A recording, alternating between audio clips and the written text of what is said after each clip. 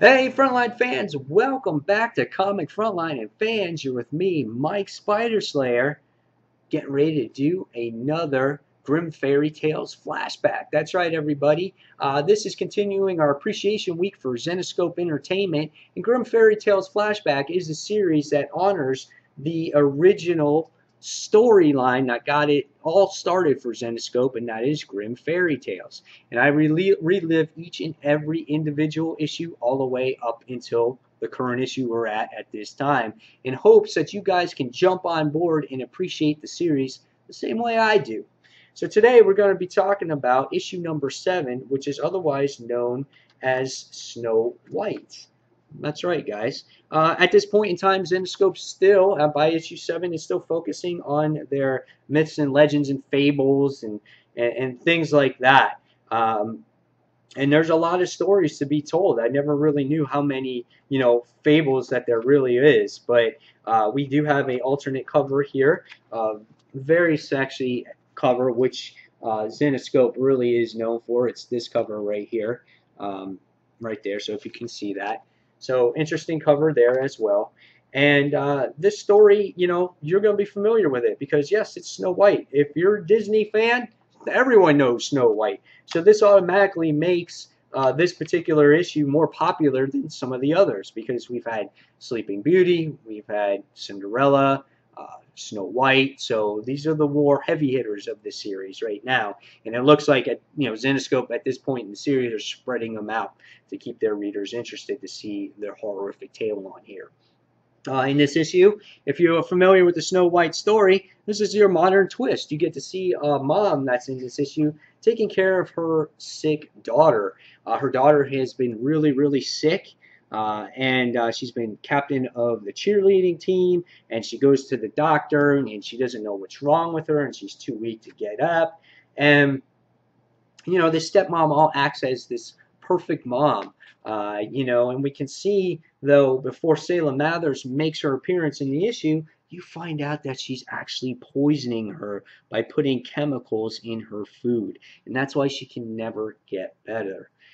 Salem Mathers makes her appearance here, and she says, oh, I'm a professor for, so-and-so.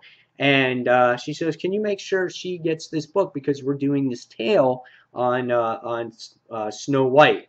And she's like, yeah, sure. So what happens is the stepmom winds up reading the book. And she reads the tale, and she winds up reading about Snow White, about how she's the fairest of the all in all the land. And then we find out that the stepdaughter, when she comes to age, she winds up being the fairest of all.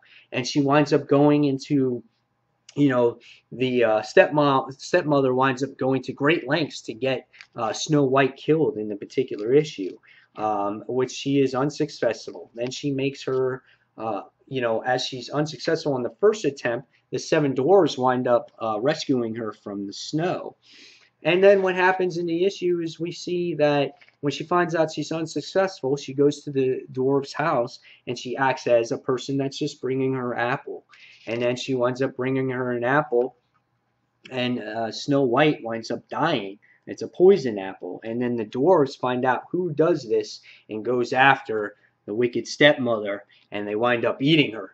And you're just like, holy crap. And, she winds up looking like this. The artwork in this issue, I want to say, lacks some detail. It has this airbrush feel to it, which I wasn't too keen on.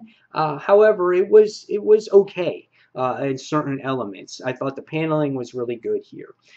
So after this, the modern day mom winds up reading the tale. She gets kind of spooked by it, and she's like, she hears a voice down in the basement. She's like, oh, is anybody there? And the next thing you see is that she looks in this mirror, and she sees all the 7 dwarves, and they wind up attacking her, and she's like, help, help, help. And she winds up going to this psych ward, and we find out that the daughter winds up being okay in the end.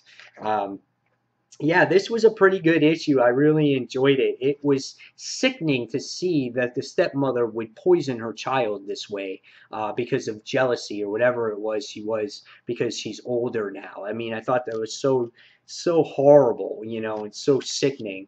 And to see the dwarves have this spin on the issue of eating the actual stepmom, I thought was crazy, you know. And of course, you don't get to see Snow White recover in the fairy tale aspect, but she does recover in the actual real book.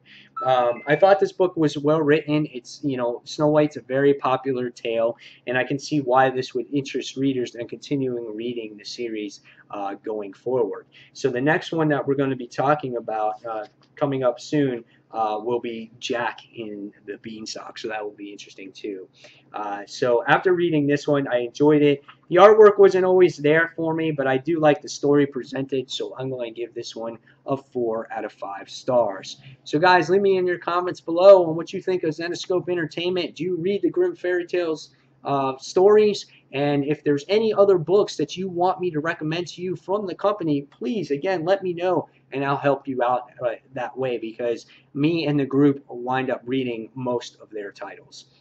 So guys, as always, thank you for watching Comic Frontline. Don't forget to check out comicrelated.com as well. And between Comic Frontline, Comic Related, and comicfrontline.com, guys, we got you covered on all the comic book news, reviews, and podcasts. So guys, until the next comic book review, this is Mike Spider Slayer signing off. Thanks for watching, guys. See you soon. Bye.